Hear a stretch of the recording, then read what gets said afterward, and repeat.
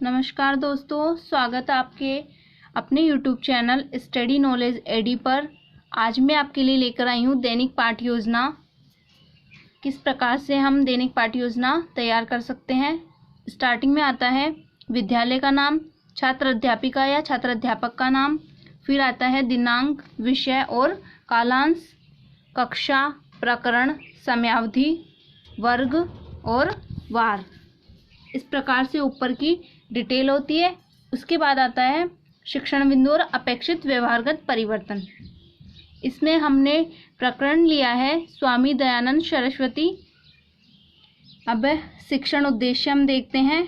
ज्ञानात्मक 6 जो शिक्षण उद्देश्य होते हैं: ज्ञानात्मक, अवबोध, ज्ञानोपयोग, कौशल, अभिरुचि व अभिवृत्ति। इसके अंदर आप देख लीजिए, ज्ञानात्मक के अंदर क्या आता है।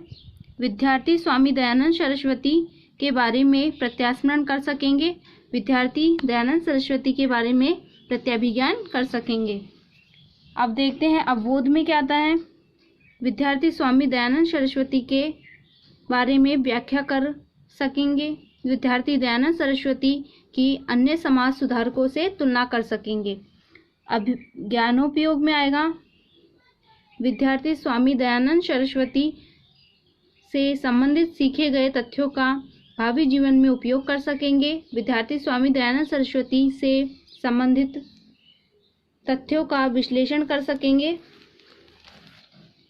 कौशल में आता है, विद्यार्थी स्वामी दयानंद सरस्वती के बारे में जानकारी प्राप्त कर प्रतिरूप तैयार कर सकेंगे।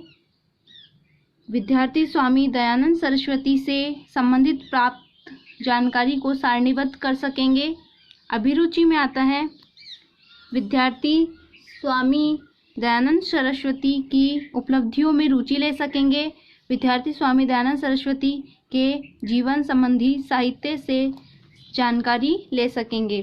अभिवृत्ति में आता है, विद्यार्थी स्वामी दयानंद सरस्वती की उपलब्धियों का सकारात्मक दृष्टिकोण रखेंगे।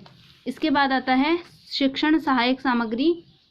तो इसमें आ जाएंगे कक्षोपयोगी उपकरण, चौक, डस्टर, लपेट फलक, संकेतक इत्यादि। और विशिष्ट सामग्री में आ जाएगा चार्ट और मॉडल। नेक्स्ट देखते हैं। इसके बाद आता है पूर्व ज्ञान। विद्यार्थी स्वामी दयानंद सरस्वती के बारे में सामान्य जानकारी रखते हैं। प्रस्तावनात्मक प्रश्न, छात्राध्यापिका क्रिया और विद्यार्थी क्रिया। इसमें जिगजैग विधि में प्रस्तावना प्रश्न बनते हैं। तो देखते हैं, आधुनिक पुनर्जागरण का अग्रदूत किसे कहा जाता है। राजाराम मोहन राय को। राजाराम मोहन राय ने किसका विरोध किया। मूर्ति पूजा, सती प्रथा, बाल विवाह का। मूर्ति पूजा किस समाज में नहीं की जाती। आर्य समाज में। आर्य समाज की स्थापना किसने की। स्वामी दयानंद सरस्वती ने। स्वामी दयानंद सरस्वती के बारे में आप क्या जानते हैं। तो संभावित प्रश्न ये हमारा आ जाएगा। उद्देश्य कथन में आ जाएगा, विद्यार्थी आज हम स्वामी दयानंद सरस्वती के बारे में विस्तार पूर्वक अध्ययन करेंगे। और प्रस्तुतिकरण में शिक्षण बिंदु आते हैं। 3 शिक्षण बिंदु है। दयानंद सरस्वती का जीवन परिचय, आर्य समाज की स्थापना, समाज सुधार संबंधी कार्य, और ये 3 शिक्षण बिंदु हो गए। और इसके बाद में है पहला शिक्षण बिंदु, हम बच्चों के सामने कथन करेंगे। उस प्रकार आ जाएगा शिक्षण बिंदु, छात्र अध्यापिका क्रिया। इसमें 3 विकासात्मक प्रश्न बनाने होते हैं। फिर छात्र अध्यापिका क्रिया कथन आता है।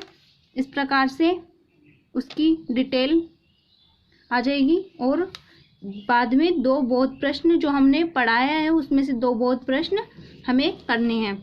इस प्रकार से ब्लैकबोर्ड वर्क ये हो जाएगा। प्रश्नोत्तर प्रविधि, व्याख्यान विधि और प्रश्नोत्तर प्रविधि। बच्चे इनका आंसर दे देंगे। और इस प्रकार से फर्स्ट शिक्षण बिंदु कंप्लीट होता है। द्वितीय शिक्षण बिंदु भी इसी प्रकार है। आर्य समाज की स्थापना, विकासात्मक प्रश्न 3, छात्र अध्यापिका क्रिया, कथन। इस प्रकार से बोध प्रश्न, तीनों के उत्तर, 2 के उत्तर, और ये है प्रश्नोत्तर प्रविधि, व्याख्यान विधि और प्रश्नोत्तर प्रविधि। और शामपट सार है, इस प्रकार से देख लीजिए। और तीसरा शिक्षण बिंदु भी इसी प्रकार होगा, समाज सुधारक संबंधी कार्य, विकासात्मक प्रश्न, 3 विकासात्मक प्रश्न होंगे, छात्र अध्यापी का कथन होगा, बोध प्रश्न होंगे 2 और उनके आंसर बच्चे दे देंगे। और प्रश्नोत्तर प्रविधि, व्याख्यान विधि और प्रश्नोत्तर प्रविधि आ जाएगी। दयानंद जी ने स्त्री शिक्षा के लिए प्रबल आंदोलन चलाया, इस प्रकार से शामपट सार आ जाएगा। और अंत में मूल्यांकन प्रश्न हमें बनाने होते हैं, वस्तुनिष्ठ, अति लघुतरात्मक, लघुतरात्मक और गृह कार्य। जो निबंधात्मक प्रश्न होता है वह गृह कार्य में ही आ जाता है। और लास्ट में पर्यवेक्षक टिप्पणी व हस्ताक्षर, इस प्रकार से आप बना सकते हैं।